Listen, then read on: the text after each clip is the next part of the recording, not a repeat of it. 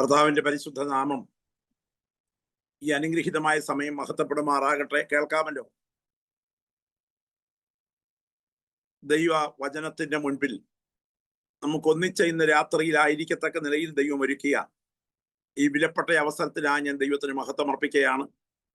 പ്രിയപ്പെട്ട ഷായിച്ചാനോടും കുടുംബത്തോടും ഈ ഉപവാസ പ്രാർത്ഥനയിൽ പങ്കെടുക്കുന്ന ദൈവജനത്തോടും കൂടെ ദൈവ വചനത്തിന്റെ മുൻപിൽ അല്പമിനിറ്റുകൾ ഒന്നിച്ചായിരിക്കത്തക്ക നിലയിൽ ദൈവം ഒരുക്കിയ അവസരം ഭാഗ്യമായി കരുതുന്നു. വളരെ പ്രാർത്ഥനയോടും തികച്ചും ഏകാഗ്രതയോടും ദൈവസന്നിധാന ചിന്തയോടും കൂടെ നമുക്ക് അല്പമിനിറ്റുകൾ ദൈവത്തിന്റെ വചനത്തിലേക്ക് നമ്മുടെ ശ്രദ്ധയെ നമുക്ക് കേന്ദ്രീകരിക്കാം. വിശുദ്ധ തിരുവെഴുത്തിലേക്ക് ഞാൻ പ്രിയപ്പെട്ടവരുടെ ശ്രദ്ധയെ ക്ഷണിക്കുകയാണ്. വളരെ പ്രാർത്ഥനാപൂർവം നമുക്ക് ആ വേദഭാഗത്തിലേക്ക് നമ്മുടെ ചിന്ത കേന്ദ്രീകരിക്കാം. ദൈവത്തിന് സ്തോത്രം. വിശുദ്ധ തിരുവെഴുത്തുകൾ സംസാരിക്കുമ്പോൾ ദൈവാത്മാവ് എന്നോട് ഇടപെടണം എന്ന് ആത്മാർത്ഥമായിട്ട് ആഗ്രഹിക്കുന്ന പ്രിയപ്പെട്ടവർ ഇരിക്കുന്ന ഇരിപ്പിൽ കർത്തൃസന്നിധിയിൽ ഒന്ന് ശക്തമായി പ്രാർത്ഥിക്കുവാൻ ഞാൻ നിങ്ങളെ ആഹ്വാനം ചെയ്യുകയാണ്. ദൈവത്തിന് സ്തോത്രം. കർത്താവിന്റെ ദാസൻ, ഞാൻ ഏറെ സ്നേഹിക്കുന്ന പ്രിയ ഷായിച്ചാന്റെ നേതൃത്വത്തിലുള്ള അവിടെയുള്ള പ്രവർത്തനങ്ങൾ വിജയകരമായി കർത്താവ് മുൻപോട്ട് നയിക്കുകയും കർത്താവിന്റെ ദാസി അവർ കുടുംബമായി ദൈവനാമത്തിന്റെ മഹത്വത്തിന് വേണ്ടി നിൽക്കുന്ന വാർത്ത വിവിധ സാഹചര്യങ്ങളിൽ അറിയുമ്പോൾ സഭയായി ആ കാര്യം ഓർത്ത ദൈവത്തെ മഹത്വപ്പെടുത്തുകയും വിശേഷിച്ച് ബഥേൽ കുടുംബത്തിന് വേണ്ടി ഞങ്ങൾ റാന്നിയിൽ പ്രാർത്ഥിക്കുകയും ചെയ്യുന്നു. ഞങ്ങളുടെ പ്രാർത്ഥനയുടെ സർക്കിളിൽ ഉള്ള അനുഗ്രഹിക്കപ്പെട്ട ഒരു കൂട്ടായ്മയാണ് ഈ പ്രത്യേകമായിരിക്കുന്ന ആത്മീയ സംഗമം. നിങ്ങളെ ഞങ്ങൾ പ്രാർത്ഥനയിൽ ഓർക്കുന്നു. ദൈവം നൽകിയിട്ടുള്ള നല്ല ബന്ധങ്ങൾക്കായി ഞാൻ ദൈവത്തെ മഹത്വപ്പെടുത്തുകയാണ്. വിശുദ്ധ തിരുവെഴുത്തിലേക്ക് ഞാൻ നിങ്ങളെ ശ്രദ്ധയെ ക്ഷണിക്കുകയാണ്. കൊരിന്ത്യർക്കെഴുതിയ ധന്യനായ പൗലോസ് കൊരിന്ത്യർക്കെഴുതിയ 1-ാം ലേഖനം 11-ാം അധ്യായത്തിന്റെ 31-32 വാക്യങ്ങൾ. കൊരിന്ത്യർക്കെഴുതിയ 1-ാം ലേഖനം 11-ാം അധ്യായം 31-32 വാക്യങ്ങൾ വായിക്കാം. നാം നമ്മെ തന്നെ വിധിച്ചാൽ വിധിക്കപ്പെടുകയില്ല. വിധിക്കപ്പെടുന്നു എങ്കിലോ നാം ലോകത്തോടു കൂടി ശിക്ഷാവിധിയിൽ അകപ്പെടാതിരിക്കേണ്ടതിന് കർത്താവ് നമ്മെ ബാലശിക്ഷ കഴിക്കുകയാകും. മതിയല്ലോ. നാം നമ്മെ തന്നെ വിധിച്ചാൽ വിധിക്കപ്പെടുകയില്ല.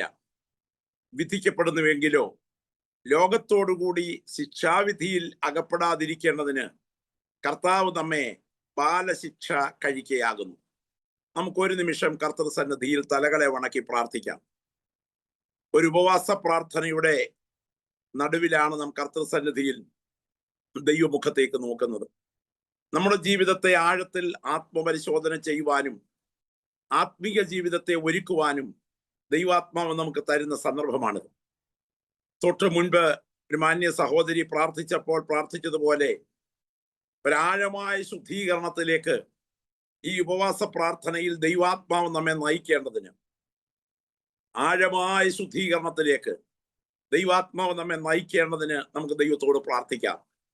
എന്നെ കഴുകണമേ കർത്താവേ എന്ന് ആത്മാർത്ഥമായിട്ട് ആഗ്രഹിക്കുന്ന പ്രിയപ്പെട്ടവർ കർത്തൃസന്നിധിയിൽ ഒരു കഴുകലിനായി ദൈവസന്നിധിയിൽ കർത്തൃപാദപീഠത്തെങ്കിൽ തങ്ങളെ സമർപ്പിക്കുന്ന ഒരു സമയം മാറട്ടെ. ഈ വചനം, ഈ ജീവന്റെ അപ്പം കർത്താവിന്റെ മുറിവേറ്റ കൈകളിലെടുത്ത് നമുക്ക് മുറിച്ച് വിളമ്പി തരേണ്ടതിന് നമുക്ക് ദൈവസന്നിധിയിൽ ആത്മാർത്ഥമായി പ്രാർത്ഥിക്കാം. പരിശുദ്ധരായ ഞങ്ങളുടെ ദൈവമേ, സ്വർഗസ്ഥ പിതാവേ, ഞങ്ങൾ ഒന്നിച്ച് തിരുവെഴുത്തുകൾ തുറന്ന് അങ്ങയുടെ മുഖത്തേക്ക് നോക്കുന്നു. വചനത്തിലൂടെ ഞങ്ങൾക്ക് ഞങ്ങളെ കാണുവാൻ ഉള്ള കൃപ തരണമേ. ഈ ശുശ്രൂഷയിൽ പങ്കെടുക്കുന്ന എല്ലാ പ്രിയപ്പെട്ടവരുടെ മേലും പ്രത്യേക അനുഗ്രഹങ്ങൾ പകരണമേ. ആത്മപരിശോധനയോടെ ഞങ്ങളെ ഒരുക്കുന്ന ഒരു സമയത്തെ മാറ്റണമേ. മുറിവേറ്റ തങ്കക്കരം ഈ കൂടിയൊരു നടുവിൽ വെളിപ്പെട്ട് ജീവന്റെ അപ്പമായ തിരുവെഴുത്തുകൾ അവിടുത്തെ കരങ്ങളിൽ എടുത്ത് ഞങ്ങൾക്ക് ആത്മാവിൽ വാഴ്ത്തി നുറുക്കി വിളമ്പിത്തരണമേ. ഞങ്ങൾ പകർച്ചകളോടെ ഞങ്ങളുടെ പ്രവർത്തന മേഖലകളിലേക്ക് മടങ്ങട്ടെ, യേശുവിൻ നാമത്തിൽ തന്നെ.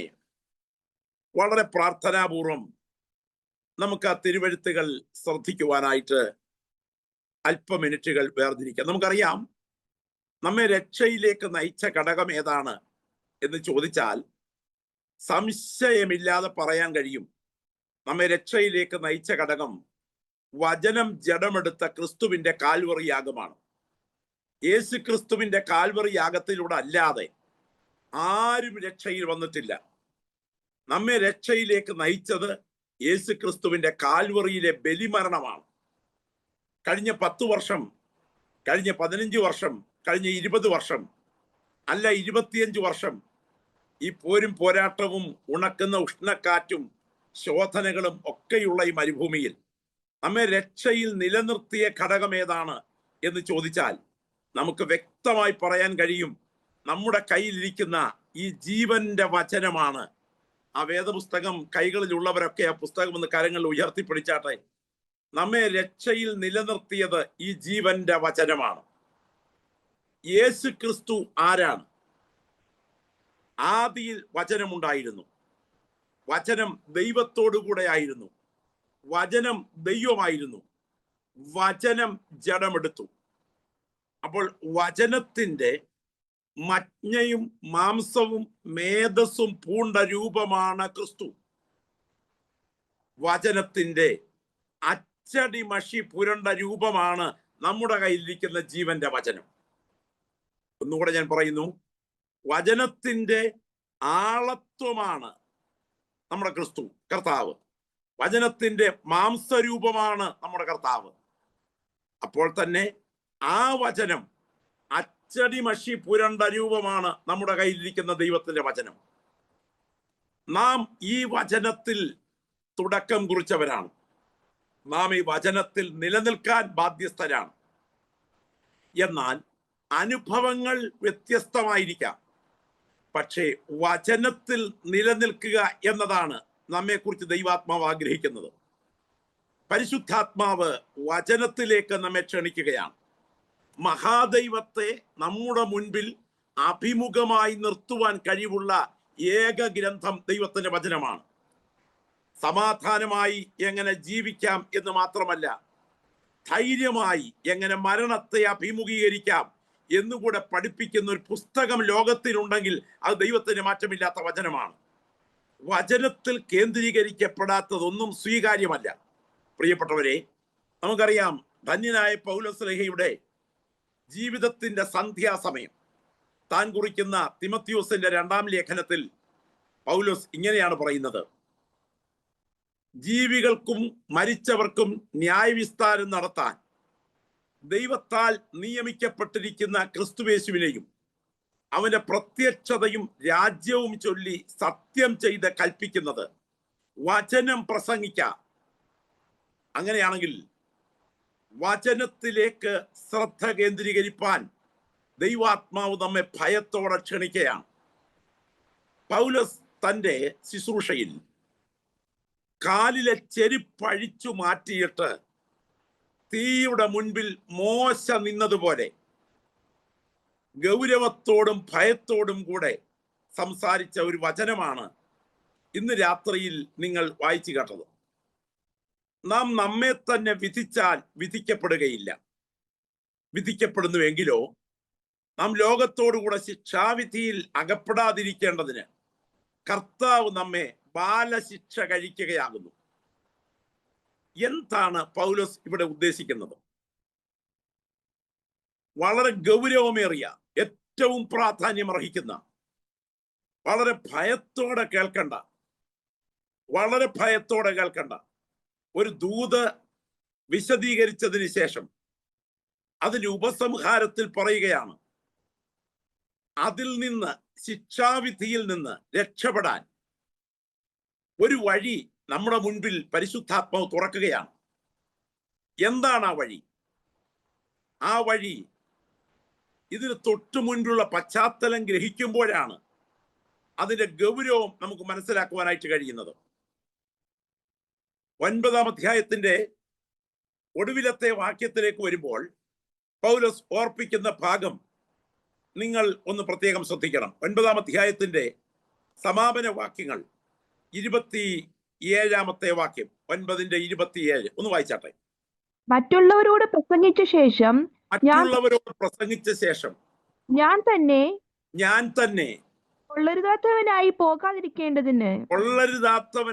പോകാതിരിക്കേണ്ടതിന് ശരീരത്തെ എന്റെ ശരീരത്തെ ദണ്ണിപ്പിച്ച് അഗ്നിയാക്കുകയത്രേ ചെയ്യുന്നത് എന്ന് പറഞ്ഞാൽ, ചാട്ടയും മുഖപ്പട്ടയും ഉപയോഗിച്ച് ഒരു കുതിരയെ ലക്ഷ്യത്തിലേക്ക് നയിക്കുന്നത് പോലെ സ്വയശിക്ഷണത്തിലൂടെ, സ്വന്തം ശരീരത്തിന്റെ നിയന്ത്രണത്തിലൂടെ ഞാൻ ഭയത്തോടെ ഈ ഓട്ടം മുൻപോട്ട് ഓടുകയാണ്. പൗലോസിനെ ഒരു അസാധാരണമായ ഭയം സ്വാധീനിച്ചിരിക്കുന്നു. ഈ ഭയം നെഗറ്റീവായിട്ടുള്ള ഒരു ഭയമല്ല. ഓപ്പറേഷൻ കത്തി കയ്യിലെടുക്കുന്ന ഡോക്ടറിനെ ഭരിക്കുന്ന ഒരു ഭയമുണ്ട്. കോക്പിറ്റിലേക്ക് കയറിയിരുന്ന് ഫ്ലൈറ്റ് ഓപ്പറേറ്റ് ചെയ്യാൻ തുടങ്ങുന്ന വൈമാനികനെ ഭരിക്കുന്ന ഒരു ഭയമുണ്ട്. ആ ഭയം നെഗറ്റീവായ ഭയമല്ല, ആ ഭയം അനിവാര്യമായ ഭയമാണ്. എന്താണ് ഈ അനിവാര്യമായ ഭയം? മറ്റുള്ളവരോട് പ്രസംഗിച്ചതിന് ശേഷം ഞാൻ തന്നെ കൊള്ളരുതാത്തവനായി തീർന്നു പോകുമോ എന്ന ഒരു ഭയം. ഡോക്കിമോസ് എന്ന മൂലഭാഷയുമായി ചേർത്ത് പഠിക്കുമ്പോൾ പുച്ഛത്തോടെ തള്ളിക്കളയപ്പെടേണ്ടി വരുമോ, അവസാന വിധി ദിനം ഞാൻ തള്ളപ്പെടുമോ എന്ന ഒരു ഭയം ഈ ദൈവദാസനെ ഭരിക്കുകയാണ്. ഓർക്കുക, ആ ഭയം നമ്മെയും ഭരിക്കണം. ഒരു അസാധാരണ ഭയം നമ്മെ ഭരിക്കണം. ഈ വിഷയത്തെ വിശകലനം ചെയ്തുകൊണ്ട് പൗലോസ് 10-ാം അധ്യായത്തിലേക്ക് കടക്കുമ്പോൾ ശ്രദ്ധിക്കുക, അതിന്റെ 1-ാമത്തെ വാക്യത്തിൽ, സഹോദരന്മാരെ, നമ്മുടെ പിതാക്കന്മാരെല്ലാവരും മേഘത്തിന് കീഴിലായിരുന്നു. എല്ലാവരും സമുദ്രത്തിലൂടെ കടന്ന് മേഘത്തിലും സമുദ്രത്തിലും സ്നാനമേറ്റ് മോശയോട് ചേർന്നു. അവരെല്ലാവരും ഒരേ ആത്മീക പാനീയം കുടിച്ചു. അവരെ അനുഗമിച്ച ആത്മീക പാറയിൽ നല്ലോ അവർ കുടിച്ചത്. ആ പാറ ക്രിസ്തുവായിരുന്നു. എങ്കിലും അവരിൽ മിക്ക പേരിലും ദൈവം പ്രസാദിച്ചില്ല. അവരെ മരുഭൂമിയിൽ തള്ളിയിട്ട് കളഞ്ഞു എന്ന് നിങ്ങൾ അറിയാതിരിക്കരുത്. ഓർക്കുക, ഒരു വലിയ പാഠം നമ്മുടെ മുൻപിലേക്ക് അവതരിപ്പിക്കുകയാണ്. അവരിൽ മിക്ക പേരിലും ദൈവം പ്രസാദിച്ചില്ല. ഇസ്രായേൽ ജനത്തിന്റെ മരുപ്രയാണത്തിന്റെ ചിത്രമാണ്. ഈ മിക്ക പേര് എത്ര പേരുണ്ടായിരുന്നു എന്ന് നിങ്ങൾക്കറിയാമോ? മിക്ക പേര് എത്ര പേരുണ്ടായിരുന്നു? മരുപ്രയാണം നമ്മൾ വിശകലനം ചെയ്യുമ്പോൾ യഥാർത്ഥത്തിൽ അതിനെക്കുറിച്ച് വളരെയധികം ഭാവനാത്മകമായി അവതരിപ്പിക്കാറുണ്ട്. അവരുടെ കാല് ചെരുപ്പ് പഴകിയില്ല, അവരുടെ വസ്ത്രം ജീർണിച്ചില്ല, അവരുടെ മന്ന അവരുടെ കൈകളിലേക്ക് വീണുകൊണ്ടിരുന്നു, അല്ലെങ്കിൽ അവരുടെ മുൻപിൽ വീണുകൊണ്ടിരുന്നു. കാട പറന്ന് അവരുടെ അടുക്കലെത്തി. ശരി തന്നെയാണ്. പക്ഷേ അവരുടെ മിക്ക പേരിലും ദൈവം പ്രസാദിച്ചില്ല. ഓർക്കുക, മിക്ക പേര് എത്ര പേരാണെന്ന് അറിയാമോ? 30 ലക്ഷം പേർ ഇറങ്ങിത്തിരിച്ചെങ്കിൽ 29,998 ദൈവം പ്രസാദിക്കാത്തവരായിരുന്നു. 2 പേർ ഒഴികെ ബാക്കി മുഴുവൻ മരുഭൂമിയിൽ അവസാനിച്ചു. നമ്മൾ ഈ വിഷയം ചിന്തിച്ചിട്ട് പൗലോസ് വളരെ ഗൗരവത്തോടെ ചോദിക്കുകയാണ്, നാം കർത്താവിന് ക്രോധം ജ്വലിപ്പിക്കുന്നവരാണോ? നാം അവനേക്കാൾ ബലവാന്മാരാണോ? എന്താണ് പൗലോസേ ഇത്രമാത്രം ഗൗരവത്തോടെ സംസാരിക്കുന്നത്? എന്താ ഇത്ര ഭയത്തോടെ വിശകലനം ചെയ്യുന്നത്? അപ്പോൾ താൻ വിശകലനം ചെയ്യുകയാണ്, നാം അനുഗ്രഹിക്കുന്ന അനുഗ്രഹപാത്രം. അപ്പൊ കർത്താവിന്റെ മേശയെ കുറിച്ച് പറയാനാണ് ഈ പറഞ്ഞുകൊണ്ടുവരുന്നത്. വിശുദ്ധ മേശ, കർത്തൃമേശയിലെ അപ്പവീഞ്ഞുങ്ങളുടെ പുറകിൽ അനുഗ്രഹത്തിന്റെ ശക്തി വ്യാപരിക്കുന്നു. അപ്പോൾ തന്നെ അയോഗ്യമായി കൈനീട്ടുന്നതിന്റെ പുറകിൽ ദൈവത്തിന്റെ ശിക്ഷാക്രമം വ്യാപരിക്കുന്നു. ഒരു ചോദ്യം, ദൃശ്യ വസ്തുക്കളുടെ പുറകിൽ അദൃശ്യ ശക്തി വ്യാപരിക്കുമോ? ദൃശ്യമായി കാണുന്ന ഒരു വസ്തു, കർത്തൃമേശ, ബ്രെഡ്, മുന്തിരിച്ചാറ്, ഇതിന്റെ പുറകിൽ അദൃശ്യമായ ഒരു ശക്തി വ്യാപരിക്കുമോ? പറയാം, ദൃശ്യ വസ്തുക്കളുടെ പുറകിൽ അദൃശ്യമായ ശക്തി വ്യാപരിക്കുന്നു. പഴയ നിയമത്തിൽ സുഗന്ധലവംഗവും ഒലിവെണ്ണയും വഴനത്തൊലിയും കൃത്യ അനുപാതത്തോടെ ചേർത്തുണ്ടാക്കുന്ന തൈലത്തെ കുറിച്ച് നാം വായിക്കുന്നു. ഈ വിധത്തിൽ അന്യന് കൊടുക്കുകയോ ഈ ക്രമത്തിൽ മറ്റൊന്നുണ്ടാക്കുകയോ ചെയ്യുന്നവൻ ശപിക്കപ്പെട്ടവൻ.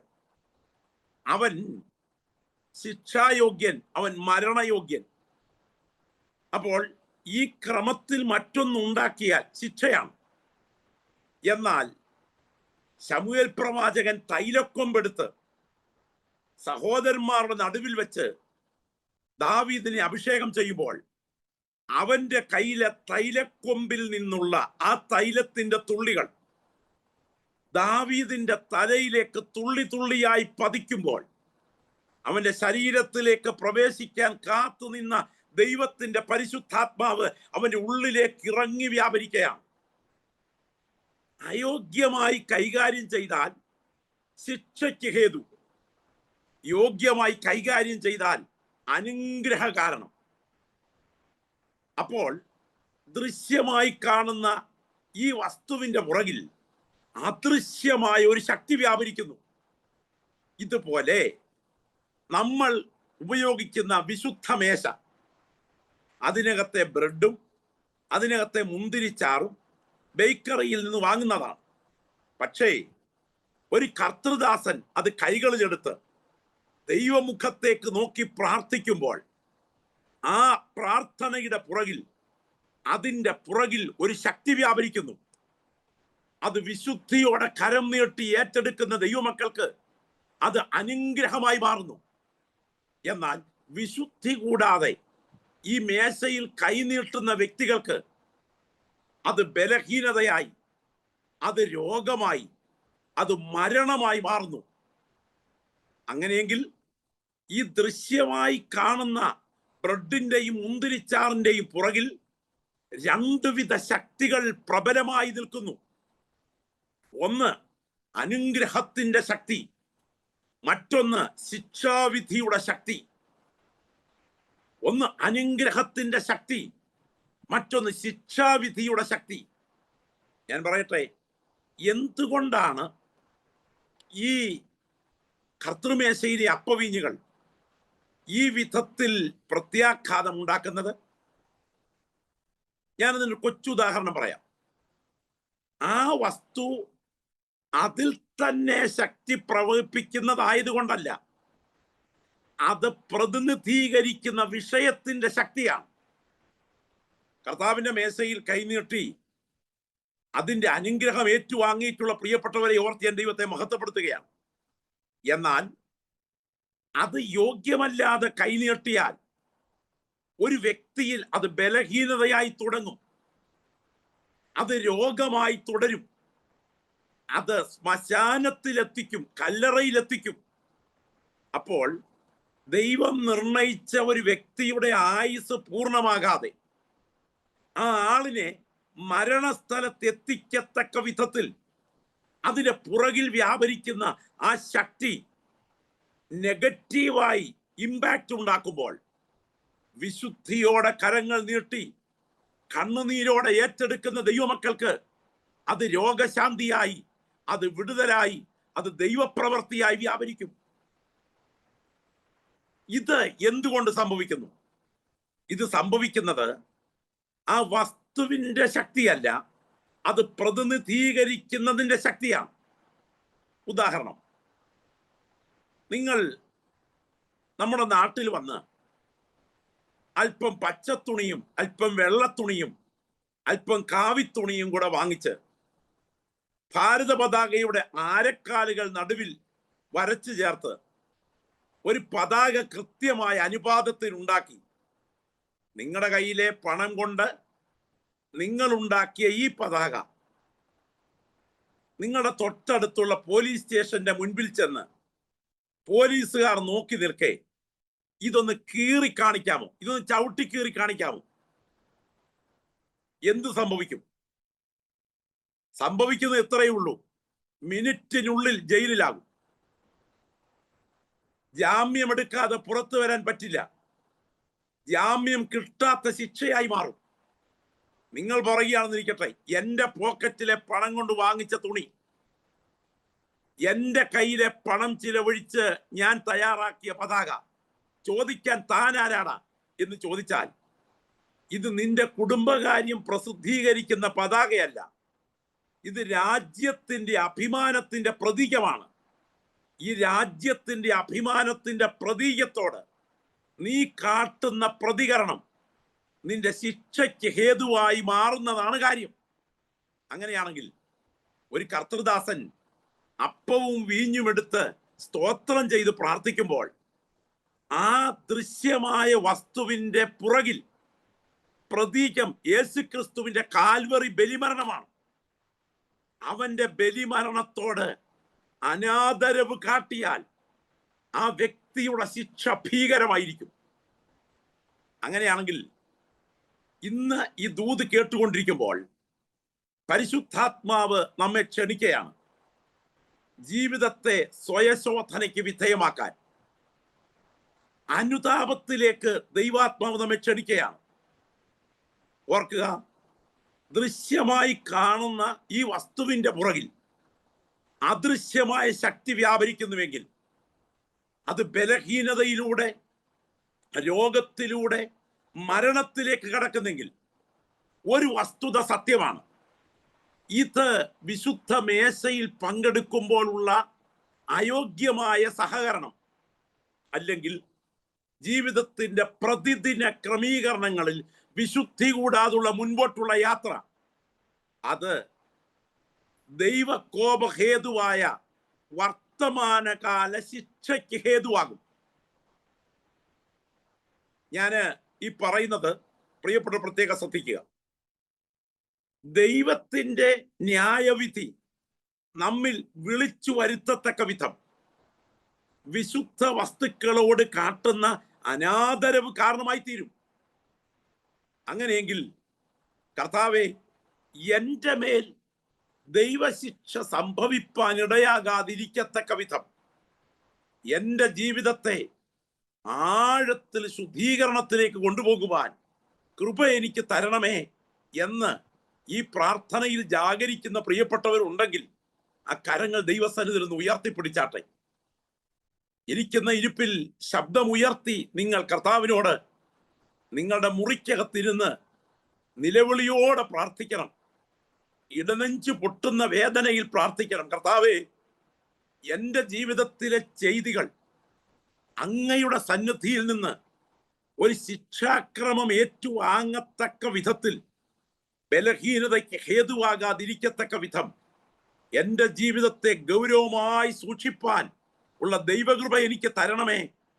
ഈ ദൂത് ഇന്ന് രാത്രി ഈ പുൾപിറ്റിൽ സംസാരിച്ചു കൊണ്ടിരിക്കുമ്പോൾ ഇതിനകത്തിരിക്കുന്നവരിൽ ആരോടൊക്കെയോ പരിശുദ്ധാത്മാവ് ഇടപെടുകയാണ്. നിങ്ങളുടെ വ്യക്തി ജീവിതത്തെ ആഴത്തിൽ ശുദ്ധീകരണത്തിലേക്ക് നയിക്കാൻ ഈ പ്രാർത്ഥനയിൽ ദൈവാത്മാവ് നമ്മെ ക്ഷണിക്കുകയാണ്. നമ്മുടെ ജീവിതയാത്രയിൽ ഒരിക്കൽ പോലും ദൈവത്തിന്റെ കരം നമുക്ക് പ്രതികൂലമായി മാറാതിരിക്കത്തക്ക വിധം ദൈവസന്നിധിയിൽ ഞാൻ അനുഗ്രഹത്തിന്റെ കീഴിൽ മാത്രമേ ആകാവൂ, ഞാൻ ശിക്ഷാവിധിയുടെ കീഴിൽ ആകരുത് എന്ന് കൊതിക്കുന്ന ദൈവമക്കൾ പ്രാർത്ഥനയിൽ പോരാടട്ടെ. ഇരിക്കുന്ന ഇരിപ്പിൽ ഈ വാചകം തന്നെ നിങ്ങൾ വായി തുറന്ന് പ്രാർത്ഥിക്കണം. ഞാൻ അനുഗ്രഹത്തിന്റെ കീഴിലേ ആകാവൂ, ഞാൻ ശിക്ഷാവിധിയുടെ കീഴിലാകരുത്. അതുകൊണ്ട് എന്നെ നിന്റെ കരങ്ങളിൽ തരുന്ന കർത്താവേ എന്ന് പ്രാർത്ഥിക്കുവാനായി കഴിയണം. അപ്പോൾ ഈ ബലഹീനമായ ദൈവകോപ ഹേതുവായ ശിക്ഷാക്രമം അഥവാ ന്യായവിധി, അതിനെ ഇങ്ങനെ പറയാം: വർത്തമാനകാല ദൈവശിക്ഷ വിശ്വാസ സമൂഹത്തിന്മേൽ സംഭവിക്കുന്നത്. ഞാൻ ഒന്നുകൂടെ അത് ആവർത്തിക്കട്ടെ. വർത്തമാനകാല ദൈവശിക്ഷ വിശ്വാസ സമൂഹത്തിന്റെ മേൽ സംഭവിക്കുന്നത്, അത് ഒഴിവാക്കാൻ എന്താണ് വഴി? അത് ഒഴിവാക്കാൻ എന്താണ് വഴി? നിരവധി സംഭവങ്ങൾ എൻ്റെ ഓർമ്മയിലേക്കുണ്ട്. ജീവിതത്തിൽ സംഭവിക്കുന്ന സംഭവങ്ങളുടെ പ്രത്യാഘാതം, ആ പ്രത്യാഘാതം വ്യക്തി ജീവിതത്തെ ആഴത്തിൽ ബാധിക്കുകയും അതിന്റെ പരിണിത ഫലം അനുഭവിക്കുകയും ചെയ്യത്തക്ക വിധം. ഞാൻ ഒരിക്കൽ, ഇത് ഞാൻ വിശ്വാസ സമൂഹത്തിന് മുൻപിലാണ് സംസാരിക്കുന്നത്, എനിക്ക് നന്നായിട്ട് അറിയാം. ഞാൻ ഒരിക്കൽ ചില വർഷങ്ങൾക്ക് പുറകിൽ എൻ്റെ ഹൃദയത്തെ ഇപ്പോഴും ആഴത്തിൽ സ്പർശിക്കുകയും എൻ്റെ ഓർമ്മയിൽ അത് ഓടിയെത്തുകയും ചെയ്യുന്ന ഒരു പ്രത്യേക സംഭവമാണ്. ഒരാരാധന കഴിഞ്ഞ് മറ്റൊരു സഭാ ഹാളിന്റെ മുൻപിൽ കൂടി തിരിച്ച് എൻ്റെ ഭവനത്തിലേക്ക് യാത്ര ചെയ്യുമ്പോൾ ഒരു സ്ഥലം സഭാ ശുശ്രൂഷകൻ, വൃദ്ധനായൊരു ദൈവദാസനാണ്. അദ്ദേഹത്തെ ഒന്ന് കാണുവാൻ വേണ്ടി എൻ്റെ സ്നേഹിതനും എനിക്കേറെ ആത്മബന്ധമുള്ള, ഏറെ ഇഴയെടുപ്പമുള്ളയാളാണ്, കാണാൻ വേണ്ടി ഫെയ്ത്ത് ഹോമിൽ ഒന്ന് കയറി. ആ സമയം ആ ദൈവദാസന്റെ സഹധർമ്മിണി അല്പമല്ലാതെ കണ്ണു നനയുന്നു. അപ്പോൾ എന്നോട് ആ ദൈവവൃത്യൻ പറഞ്ഞു, മോനെ, സഭായോഗം കഴിഞ്ഞ് അല്പം വേദനാനുഭവം ഉണ്ടായി. ആ വേദനാനുഭവം താൻ ശുശ്രൂഷിച്ച സഭയിൽ ഒരാൾ തന്റെ അടുക്കലേക്ക് വന്നിട്ട് അദ്ദേഹത്തിന്റെ ബലഹീനത, പ്രായമാണ്, ബലഹീനതയ്ക്ക് മുൻപിൽ അടുത്ത ആഴ്ച കർത്തൃമേശ നടത്തുന്നത് ഞാനൊന്ന് കാണട്ടെ, ഞാൻ റെയിൽവേ ട്രാക്കിൽ കിടക്കുന്ന ഇരുമ്പ് കഷണമാണ് എന്ന് ഓർത്തുകൊള്ളണം എന്ന് പറഞ്ഞ് ഒരു വെല്ലുവിളി നടത്തിയപ്പോൾ ഈ നിഷ്കളങ്കനായ ദൈവദാസൻ വളരെ വേദനയോടുകൂടെ കരയുന്ന സമയത്താണ് ഞാൻ അവിടെ എത്തുന്നത്. ആ സമയം കർത്താവിന്റെ ദാസി ഇങ്ങനെ പറഞ്ഞു, പാസ്റ്ററെ, ഞാൻ ഇനിയും ഒരു 40 ദിവസത്തേക്ക് ഭാഗികമായി ഉപവസിക്കാൻ തീരുമാനിക്കുകയാണ്. അവരുടെ മനസ്സ് വല്ലാതെ കനിഞ്ഞു നിൽക്കുന്ന ഒരു അന്തരീക്ഷമാണ്. ശുശ്രൂഷയിൽ നിൽക്കുന്ന ആളുകൾക്ക് മാത്രമേ ആത്മാർത്ഥത എന്നത് ചോദ്യം ചെയ്യപ്പെടുമ്പോഴുള്ള വേദന മനസ്സിലാകത്തുള്ളല്ലോ. എന്തായാലും വേണ്ടില്ല. അത് കഴിഞ്ഞ് ഇത് പറഞ്ഞയാൾ അന്ന് വൈകിട്ട് തന്റെ പ്രിയപ്പെട്ടവളുമായി ഒരുമിച്ച് പുത്തൻ വാഹനത്തിന് യാത്ര ചെയ്യുമ്പോൾ, അന്ന് വൈകിട്ട് നടക്കുന്ന ഒരു പ്രത്യേക സമ്മേളനത്തിൽ ഞാൻ പങ്കെടുക്കുമ്പോൾ പെട്ടെന്ന് ഞെട്ടിപ്പിക്കുന്ന വാർത്തയെത്തി. 2 മണിക്കാണ് ഈ സംഭവം കഴിഞ്ഞതെങ്കിൽ 7 മണിയായപ്പോൾ എത്തിയ വാർത്ത മറ്റൊന്നുമല്ല, അതിഭയങ്കരമായ ഒരു ബൈക്ക് ആക്സിഡന്റ്. ആക്സിഡന്റിൽ ഈ സഹോദരന്റെ തല തകർന്ന് ചിതറി. ഡെഡ് ബോഡി വീട്ടിലോട്ട് കയറി വരുമ്പോൾ ഞാൻ അവിടെയുണ്ട്. ആ ബോഡിയുടെ മുൻപിൽ നിന്ന് തലയില്ലാത്തത് കൊണ്ട് ആ ഭാഗത്ത് ഒരു ഫോട്ടോ വെച്ചാണ് ആ ബോഡി അകത്തോട്ട് വരുന്നത്. ശരിക്കും ഒരു ഞെട്ടലോടെയാണ് ഞാനിത് പറയുന്നത്. ആരെയും ഭയപ്പെടുത്താൻ പറയല്ല, എൻ്റെ വ്യക്തിപരമായ അനുഭവം പറയാം. ഞെട്ടലോടെയാണ് ഞാൻ ആ ബോഡിക്ക് മുൻപിൽ നിന്നത്. ഞാൻ ഇങ്ങനെ ചിന്തിച്ചു, കർത്താവേ, വിശുദ്ധ മേശയോടൊക്കെ അനാദരവ് കാട്ടിയാൽ ഇത്രയും പ്രത്യാഘാതമുണ്ടോ? എൻ്റെ പ്രിയപ്പെട്ട സഹോദരി സഹോദരന്മാരെ, നമ്മുടെ വ്യക്തി ജീവിതത്തെ നാം ആഴത്തിൽ ആത്മപരിശോധന ചെയ്യുവാൻ ദൈവാത്മാവ് നമ്മെ ക്ഷണിക്കുകയാണ്. എന്നിട്ട് ദൈവാത്മാവ് പറയുന്നു, നമ്മുടെ മേൽ സംഭവിക്കുന്ന ഈ വിധി ഒഴിവാകാൻ എന്തുണ്ട് പരിഹാരമാർഗം? പരിഹാരമാർഗം ഉണ്ട്. അതാണ് നാം വായിച്ചു കേട്ടത്. നാം നമ്മെ തന്നെ വിധിച്ചാൽ വിധിക്കപ്പെടുകയില്ല. എല്ലാവരും കൂടെ ചേർന്നൊന്ന് പറയാമോ? നാം നമ്മെ തന്നെ വിധിച്ചാൽ വിധിക്കപ്പെടുകയില്ല. ഒന്ന് ശബ്ദം ഉയർത്തി പറഞ്ഞേ. ഹലോ, അക്കാരങ്ങളൊന്ന് ഉയർത്തി പിടിച്ചുകൊണ്ട് എല്ലാവരും കൂടെ ചേർന്ന് പറയാമോ? നാം നമ്മെ തന്നെ വിധിച്ചാൽ വിധിക്കപ്പെടുകയില്ല. ശ്രദ്ധിക്കാം, നമ്മുടെ ജീവിതത്തിൽ ദൈവത്തിന്റെ ശിക്ഷാവിധി ഒഴിവാകാൻ, നമ്മുടെ ജീവിതത്തിൽ ദൈവത്തിന്റെ ശിക്ഷാമാർഗം ഒഴിവാകാൻ ഒറ്റ വിഷയം പരിശുദ്ധാത്മാവ് നമ്മെ ക്ഷണിക്കുകയാണ്. നാം നമ്മെ തന്നെ വിധിക്കുക. ദൈവത്തിന്റെ ന്യായവിധി സംഭവിക്കുന്നതിന് തൊട്ട് മുൻപ് സ്വയശോധനയിലൂടെ, ആത്മപരിശോധനയിലൂടെ നമുക്ക് നമ്മെ തന്നെ വിധിക്കാൻ കഴിഞ്ഞാൽ ആ വിധി നമ്മുടെ മേൽ വരുന്ന ശിക്ഷാവിധിയെ എടുത്തു മാറ്റും. നമ്മുടെ കുറ്റം നാം തിരിച്ചറിയുമ്പോൾ, നാം നമ്മുടെ തെറ്റുകളുടെ മേൽ അനുതാപത്തിന്റെ കണ്ണുനീര് ഉയർത്തുമ്പോൾ, നാം ദൈവസന്നിധിയിൽ നമ്മെ തന്നെ കരഞ്ഞ് കർത്തൃകരങ്ങളിൽ കൈമാറുമ്പോൾ, നമ്മുടെ മേൽ വരാൻ തുടങ്ങുന്ന ശിക്ഷാവിധികളെ മാറ്റാൻ അനുതാപത്തിന് കഴിയും. ഇന്ന് ഈ ആത്മീയ ശുശ്രൂഷയ്ക്ക് നടുവിൽ സ്വയശോധനയുടെ ആ വിധി കുറ്റബോധത്തിന്റെ മാനസികാവസ്ഥയല്ല, ഹൃദയത്തെ സ്വയം പരിശോധിച്ചുകൊണ്ട് എൻ്റെ ദൈവത്തിന്റെ ഇഷ്ടവുമായി ഞാൻ എന്നെ താരതമ്യപ്പെടുത്തിക്കൊണ്ട് ആ പാദപീഠത്തിങ്കൽ കവിണ് വീണ് അലറിക്കരയുന്നതാണ് സ്വയശോധനയുടെ വിധി. ഓർക്കുക, ദൈവത്തിന്റെ ശിക്ഷാക്രമം വർത്തമാന കാലത്ത് ഭക്തന്മാരുടെ മേൽ സംഭവിക്കുമോ? ചോദ്യം ഒന്നുകൂടെ ഞാൻ ആവർത്തിക്കുകയാണ്.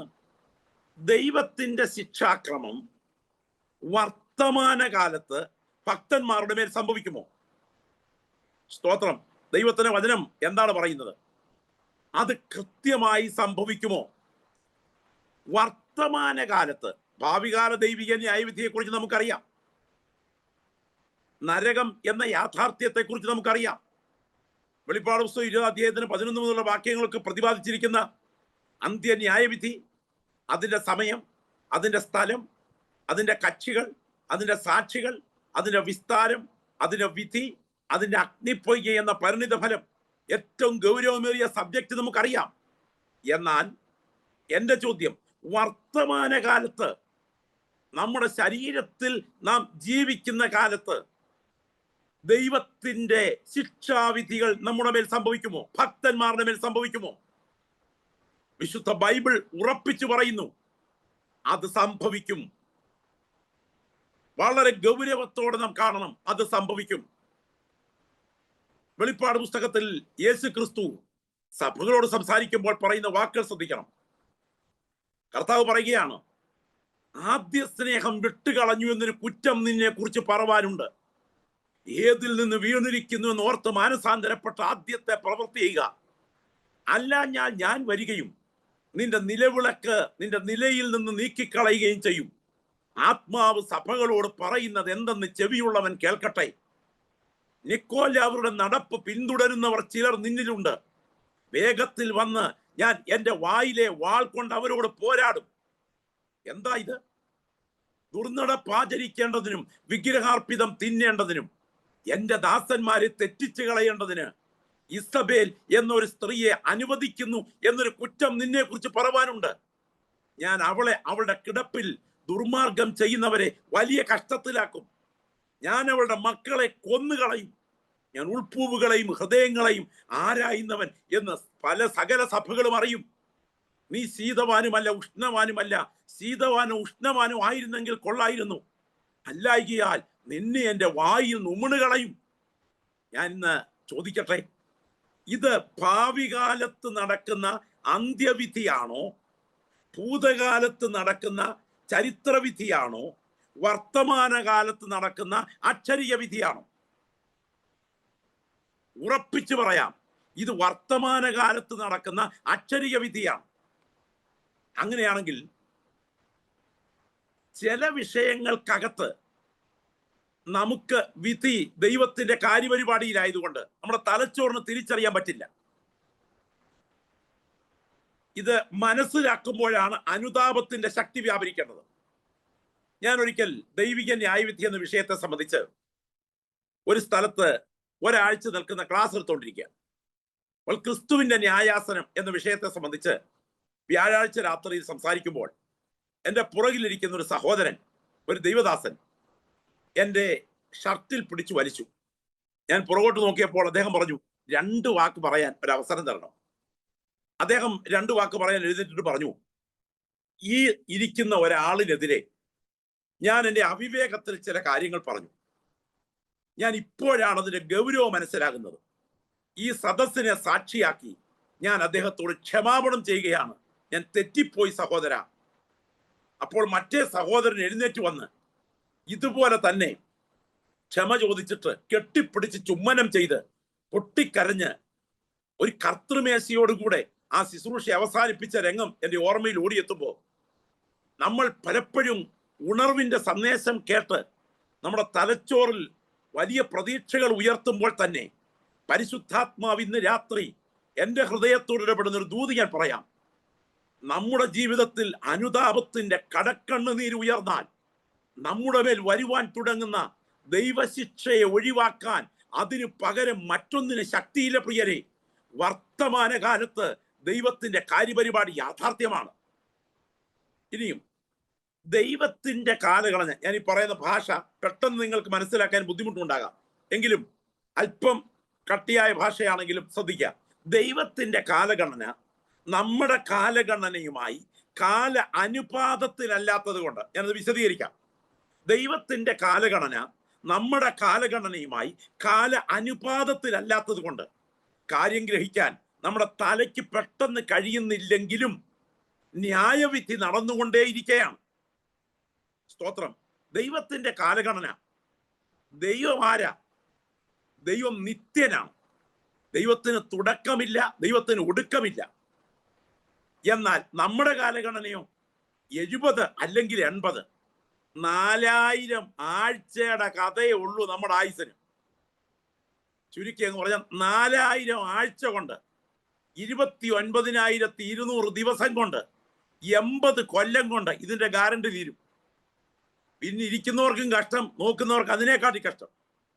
അപ്പൊ ഓർക്കുക, അങ്ങനെയാണെങ്കിൽ ദൈവത്തിന്റെ കാലഗണന നിത്യത്വത്തിന്റെ കാലഗണനയാണ്. നമ്മുടെ കാലഗണന 70 അല്ലെ 80ന്റെ കാലഗണനയാണ്.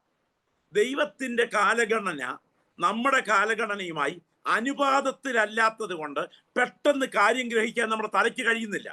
പക്ഷെ ദൈവത്തിന്റെ ന്യായവിധി നടന്നുകൊണ്ടേയിരിക്കുകയാണ്. അപ്പോൾ മനസ്സിലാക്കേണ്ടത്, വിശുദ്ധന്മാർ ചെയ്യുന്ന തെറ്റ് യഥാവിധി ഏറ്റുപറയുമ്പോൾ ദൈവം ക്ഷമിക്കും. അനുതാപത്തിന്റെ കണ്ണുനീരിന് മുൻപിൽ ദൈവത്തിന്റെ ന്യായവിധി ഒഴിയും.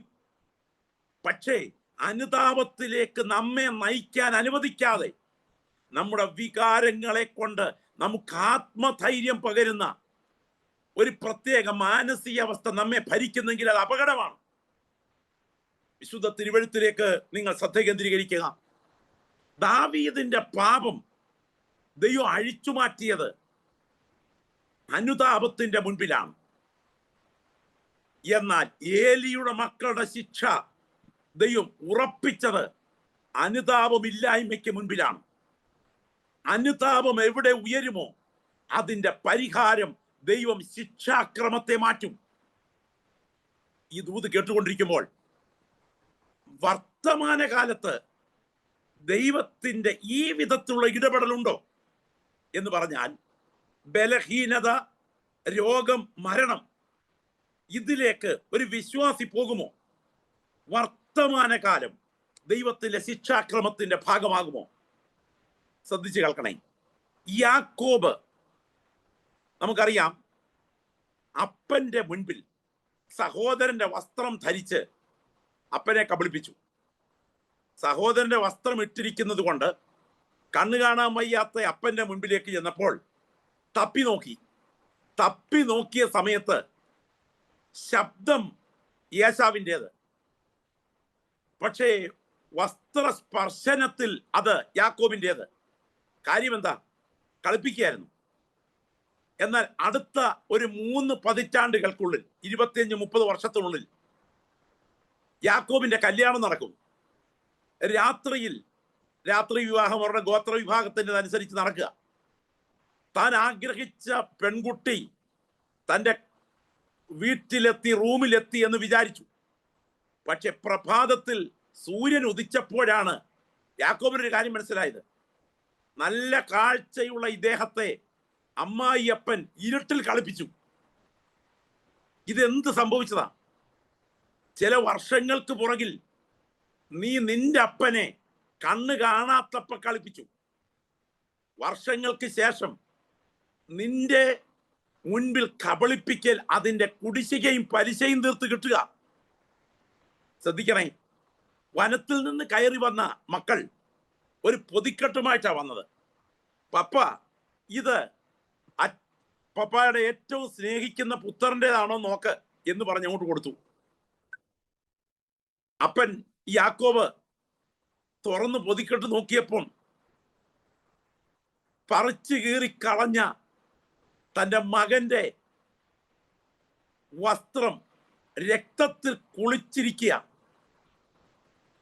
ഒരപ്പൻ എങ്ങനെ സഹിക്കും? ഇടനെഞ്ച് പൊട്ടിക്കരയുക. ഇത് സാധാരണക്കാരനല്ല. യാബോക്ക് കടവിങ്കലെ പോരാട്ടത്തിൽ വാഗ്ദത്തം ഏറ്റുവാങ്ങിയ ഇസ്രയേലിന്റെ പൂർവ്വ പിതാവിന്റെ സംഭവമാണ്. കളിപ്പീരായിരുന്നു.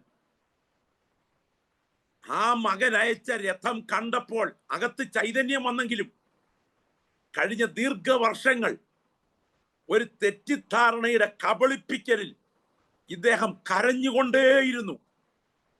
എന്താ കാര്യം? മോനെ, ചില വർഷങ്ങൾക്ക് പുറകിൽ നിന്റെ അപ്പനെ നീ കബളിപ്പിച്ചത് തിരിച്ചു കൊയ്യത്തക്ക വിധം ചരിത്രം തിരിയുകയാണ്. ഈ ദൂതിന്ന് രാത്രിയിൽ കേട്ടുകൊണ്ടിരിക്കുമ്പോൾ എൻ്റെ പ്രിയപ്പെട്ട സഹോദരങ്ങളെ, നമ്മുടെ ആയുസ് കൊണ്ട് തന്നെ നമ്മൾ വിതച്ചതിൻ്റെ തിരിച്ചടി കൊയ്യത്തക്ക വിധം ഒരു കരം ജീവന്റെ പുറകിൽ ചലിക്കുന്നു എന്നുള്ളത് സങ്കല്പമല്ല, അത് യാഥാർത്ഥ്യമാണ്. വിശുദ്ധ തിരുവെഴുത്തിൽ നമുക്കറിയാം, അബ്ബ പിതാവ്, ശാലേം സമാധാനം, അബ്ശാലോ എന്താ അർത്ഥം? അബ്ബ പിതാവ്, ശാലേ സമാധാനം, അബ്ശാലോ അപ്പന് സമാധാനം. പക്ഷേ ഇവന്റെ കുഞ്ഞിക്കാല് കണ്ടതിന് ശേഷം ഈ അപ്പൻ സമാധാനം കണ്ടിട്ടില്ല. നമുക്കറിയാം, അപ്പന്റെ 10 വെപ്പാട്ടികളെ മലിനപ്പെടുത്തുന്ന രംഗം ചരിത്രത്തിലുണ്ട്. എന്നാൽ ഓടിച്ചുകൊണ്ട് പോകുന്ന വേളയിൽ അഭിമാനമായ തലമുടി കരിവേലകത്തിൽ ചുറ്റി ഭൂമിക്കും ആകാശത്തിന് നടുവിൽ തൂങ്ങിക്കിടന്ന് പിടയുമ്പോൾ 10 വെപ്പാട്ടത് പേർ കൂടെ നിന്ന് തല്ലിക്കൊല്ലുന്ന സമയം അത് തിരിച്ചടിയായിട്ട് ഭവിക്കുകയാണ്. ഈ ദൂത് ഇന്ന് രാത്രിയിൽ കേട്ടുകൊണ്ടിരിക്കുമ്പോൾ എൻ്റെ ആയുസ് കൊണ്ട് എനിക്ക് തിരിച്ചടി ഏറ്റുവാങ്ങത്തക്ക വിധത്തിലുള്ള ഒരു ശിക്ഷാക്രമവും എൻ്റെ മേൽ ഉണ്ടാകാൻ ഇടയാകരുതേ എന്ന് പ്രാർത്ഥിക്കുന്ന ദൈവമക്കളുടെ പ്രാർത്ഥനയുടെ ശബ്ദം ദൈവസ്ഥൽ ഉയർത്തണം. എൻ്റെ സഹോദരങ്ങളെ, ഒരു കൊച്ചു സംഭവത്തിൽ നിങ്ങൾ പറയട്ടെ. ദാവീദ് കിന്നരം വായിക്കാൻ കൊട്ടാരത്തിലേക്ക് ചെല്ലുകയാണ്. ഈ സമയത്ത് കിന്നരം വായിച്ചു കൊണ്ടിരിക്കുമ്പോൾ ആ സിംഹാസനത്തിൽ ഇരിക്കുന്ന ആളിനെ നിങ്ങളൊന്ന് ശ്രദ്ധിച്ചേ. കൂകുന്ന, കൊരയ്ക്കുന്ന, ചെലയ്ക്കുന്ന, വായിലൂടെയും മൂക്കിലൂടെയും തുപ്പലും ഈളയും ഒലിപ്പിക്കുന്ന, വസ്ത്രം വലിച്ചു കീറുന്ന ഒരു ഭ്രാന്തനാണ് ശൗൽ സിംഹാസനത്തിലിരിക്കുന്നത്. അയാൾ കയ്യിലിരിക്കുന്ന കുന്തമെടുത്ത് ദാവീദിന് നേരെ ചാട്ടുളി പോലെ ചാണ്ടുമ്പോൾ ദാവീദ് ഒഴിഞ്ഞു മാറുകയാണ്. സ്തോത്രം, ഒഴിഞ്ഞു മാറുകയാണ്. പക്ഷെ ആ കുന്തത്തിന്മേൽ ദൈവം ഒരു ഡേറ്റ് ഇട്ട് വെച്ചു.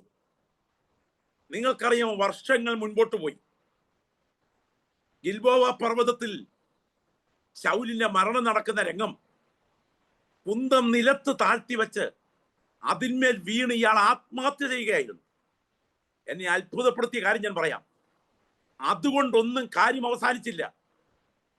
ആ ബോഡി, ശിരസില്ലാത്ത ബോഡി, ആ ബോഡി അന്വേഷിച്ച് ബത്ശേമ്യർ രാത്രി മുഴുവൻ നടന്നു വന്ന് ഈ ബോഡി അവിടെ നിന്ന് എടുത്ത് തലച്ചുമടെ കൊണ്ടുപോയി അവരുടെ ക്ഷേത്രത്തിന്റെ ചുവരിൽ തൂക്കി എന്നാണ് എഴുതിയിരിക്കുന്നത്. ഒരു ചരിത്രരേഖ പറയുന്നത്, ആത്മഹത്യ സമയത്ത് ഉദരം തുളച്ച് അകത്ത് കയറി കടന്നുപോയ ആ കുന്തം അതുപോലെ ഉയർത്തി അറപ്പടിയുള്ള ക്ഷേത്രത്തിന്റെ ഭിത്തിയിൽ ആ ബോഡി തൂക്കി നിർത്തുകയായിരുന്നു. നിങ്ങൾ ഓർക്കുക, വർഷങ്ങൾക്ക് പുറകിൽ ഒരു അഭിഷിക്തൻ ചെയ്ത ദൗത്യ നിർവഹണത്തിൽ അദ്ദേഹത്തെ കുത്താൻ ഓങ്ങിയ കുന്തത്തെ വർഷങ്ങൾക്ക് ശേഷം ഇദ്ദേഹത്തിലേക്ക് തന്നെ തിരിച്ചു പായത്തക്ക വിധം ചരിത്രത്തിൽ ഇടപെട്ട ദൈവത്തിന്റെ കരം ഇന്നും ലോക സംഭവങ്ങളിൽ ഉയർന്നിൽക്കുന്നു. എന്റെ ദൈവമേ, എന്റെ പ്രവൃത്തി എന്റെ ജീവിതത്തിന് തിരിച്ചടി ആകരുതേ എന്ന് പ്രാർത്ഥിച്ചുകൊണ്ട് സ്വയം അനുതപിക്കാൻ അവസരമുണ്ടായാൽ ശിക്ഷയെ അഴിച്ചു മാറ്റാൻ ദൈവത്തിന് കഴിയും എന്നാണ് പരിശുദ്ധാത്മ പറയുന്നത്. നമുക്കറിയാം, സീസര കഥാപാത്രം ആരാണെന്ന് നിങ്ങൾക്ക് ഓർമ്മയുണ്ട്. ഇസ്രായേൽ ജനത്തെ നശിപ്പിക്കാൻ 900 ഇരുമ്പ് രഥങ്ങളാണ് സജ്ജമാക്കിയത്. 900 ഇരുമ്പ് രഥങ്ങൾ. പക്ഷെ പരാജയപ്പെട്ട് തൻ്റെ രഥത്തിൽ നിന്ന് ഇറങ്ങി ഓടി ഒരു വീട്ടിൽ ചെന്ന് വെള്ളം ചോദിക്കുമ്പോൾ പാല് കൊടുത്തിട്ട് ഒരു സ്ത്രീ കിടക്കാൻ പരവതാനി ഒരുക്കുമ്പോൾ മരണം വന്ന വഴി എങ്ങനെയായിരുന്നു?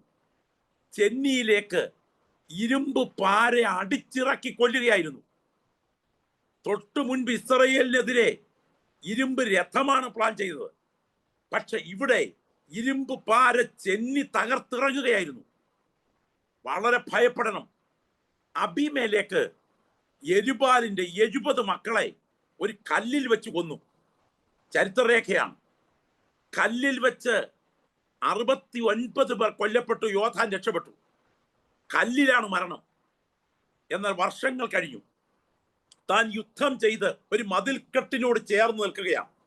ഈ സമയത്ത് ഒരു സ്ത്രീ ഒരു തിരികല്ലിൻ പിള്ള എടുത്ത് ഇദ്ദേഹത്തിന്റെ തലയിലേക്കിട്ടു.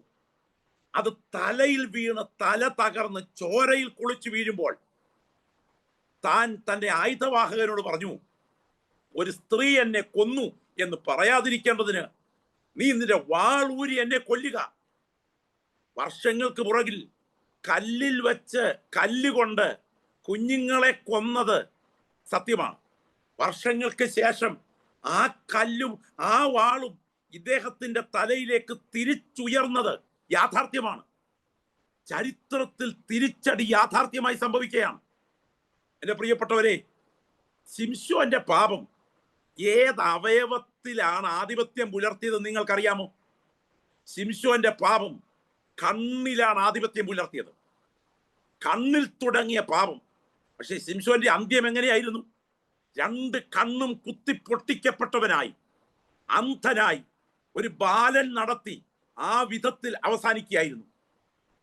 നമുക്കറിയാം, ഹാമാൻ ഇസ്രായേൽ ജനത്തിനെതിരെ ഉണ്ടാക്കിയത് ഏതാണ്ട് മൊർദെഖായിയെ തൂക്കാൻ 50 മുഴം ഉയരമുള്ള കഴുകുമരമാണ് സജ്ജമാക്കിയത്. 50 മുഴം. പക്ഷേ ആ കഴുകുമരം സജ്ജമാക്കിയ ഹാമാന്റെ കഴുത്തിലേക്ക് തന്നെ ആ കഴുകുമരം ചരിത്രത്തിൽ തിരിച്ചു തിരിയുകയാണ്. ഞാൻ ഈ ദൂത് സംസാരിച്ചു കൊണ്ടിരിക്കുമ്പോൾ ഞാൻ ചോദിക്കട്ടെ, ഭക്തന്മാരുടെ ജീവിതത്തിൽ സംഭവിക്കുമോ? ഭക്തന്മാരുടെ ജീവിതത്തിൽ സംഭവിക്കുമോ? വേദപുസ്തകത്തിന്റെ ചരിത്രരേഖകൾ നിങ്ങൾ പരിശോധിക്കണം. ദാവീദ് പ്രാർത്ഥിച്ചപ്പോൾ പ്രാർത്ഥിക്കുന്ന ഒരു വാചകമുണ്ട്. ഞാൻ കാലത്തും ഉച്ചയ്ക്കും വൈകിട്ടും, ബാക്കി നിങ്ങൾക്ക് പറയാമോ, എന്റെ സങ്കടം ബോധിപ്പിച്ച് കരയും. നിന്റെ നീതിയുള്ള ന്യായവിധികൾ ഹേതുവായി ഞാൻ നിനക്ക് സ്തോത്രം ചെയ്യുവാൻ അർദ്ധരാത്രിയിൽ എഴുന്നേൽക്കും.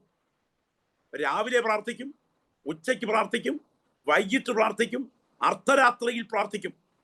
പക്ഷേ ചരിത്രം മുൻപോട്ട് നീങ്ങി. മാളത്തിൽ കിടന്ന കാലത്താണ് ഈ പ്രാർത്ഥന. മാളികയിൽ എത്തിക്കഴിഞ്ഞപ്പോൾ പ്രാർത്ഥനയുടെ ട്യൂൺ മാറി. ഇന്ന് രാത്രി ഈ വചനം കേട്ടുകൊണ്ടിരിക്കുമ്പോൾ സമൃദ്ധിയുടെ മാളികയിലും കഷ്ടതയുടെ മാളത്തിലും ഒരുപോലെ ദൈവകൃപ സൂക്ഷിക്കാൻ അവസരം കിട്ടിയാൽ അതാണ് ഭാഗ്യമെന്ന് ഓർക്കണം.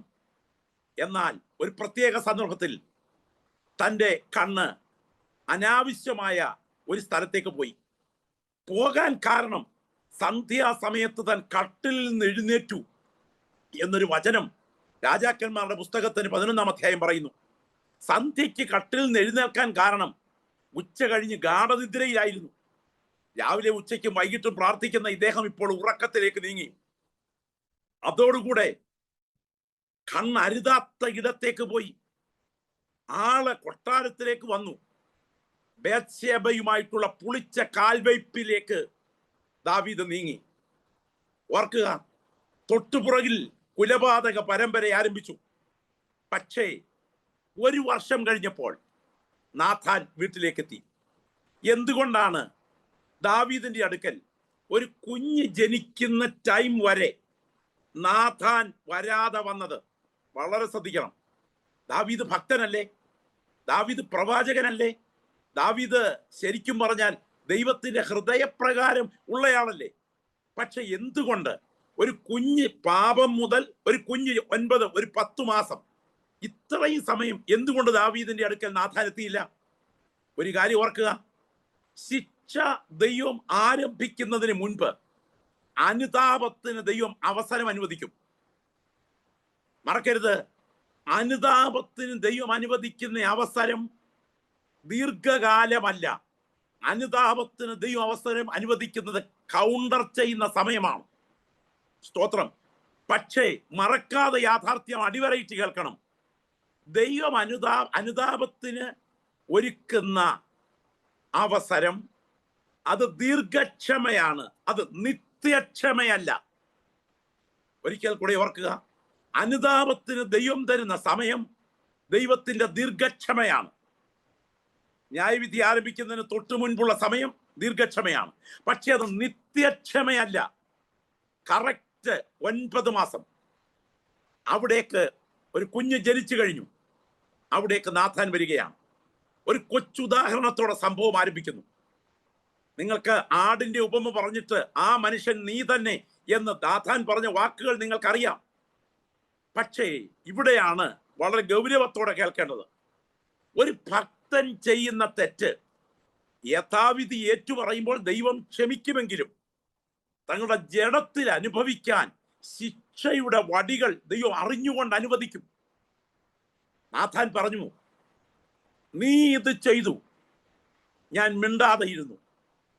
അടുത്ത പ്രയോഗം, ഇത് നീ രഹസ്യത്തിൽ ചെയ്തത് ഞാൻ സൂര്യന്റെ വെളിച്ചത്ത് നടത്തും. വാൾ നിന്റെ ഗ്രഹത്തെ വിട്ടുമാറുകയില്ല. നിന്റെ ഗ്രഹത്തിൽ നിന്ന് തന്നെ ഞാൻ നിനക്ക് അനർത്ഥം വരുത്തും. ഹോ, ശരിക്കും വിറച്ചുകൊണ്ട് മാത്രമേ ഈ ദൂത് കേൾക്കാൻ പറ്റൂ. നിന്റെ ഗ്രഹത്തിൽ നിന്ന് തന്നെ ഞാൻ നിനക്ക് അനർത്ഥം വരുത്തും. ദാവീദ് ആദ്യം ആടിന്റെ ഉപമ പറഞ്ഞപ്പോൾ ഒരാടിനെ കൊന്നതിന് 4 ഇരട്ടി കൊടുക്കണം എന്ന് ദാവീദ് തന്നെ വിധി പറഞ്ഞിരുന്നു.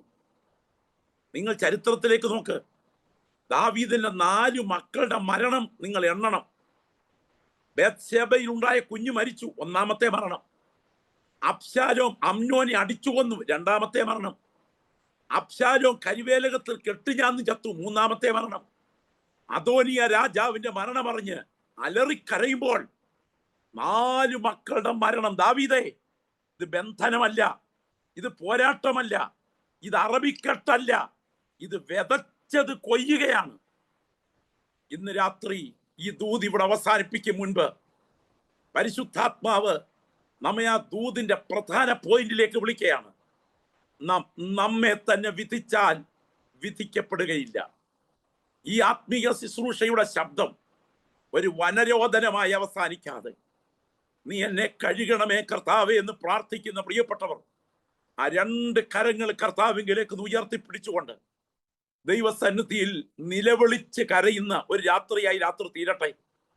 കുടുംബ ജീവിതത്തിലെ അവിശ്വസ്തതകൾ, സ്വകാര്യ ജീവിതത്തിലെ തകർച്ചകൾ, ഭാര്യാഭർത്തൃ ജീവിതത്തിലെ ദൈവത്തിന്റെ സന്നിധിയിലുള്ള നിഷ്കളങ്കതയില്ലായ്മകൾ, നമ്മുടെ ജീവിതത്തെ ദൈവത്തിൽ ഒരുക്കുന്നതിനുള്ള തടസ്സങ്ങൾ, നമ്മുടെ സാമ്പത്തിക ഇടപാടുകൾ, ഇതെല്ലാം കാണുന്ന കണ്ണുകൾക്ക് മുൻപിലാണ് നമ്മൾ നിൽക്കുന്നത്. ഇന്ന് രാത്രി ഇരിക്കുന്ന ഇരിപ്പിൽ ദൈവമേ എന്നെ കഴുകണമേ കർത്താവേ, എന്നെ കഴുകണമേ. എൻ്റെ പാസ്റ്റർ, എൻ്റെ മാതാപിതാക്കൾ ഞാൻ മുഖാന്തരം കരയേണ്ടി വന്നിട്ടുണ്ടോ?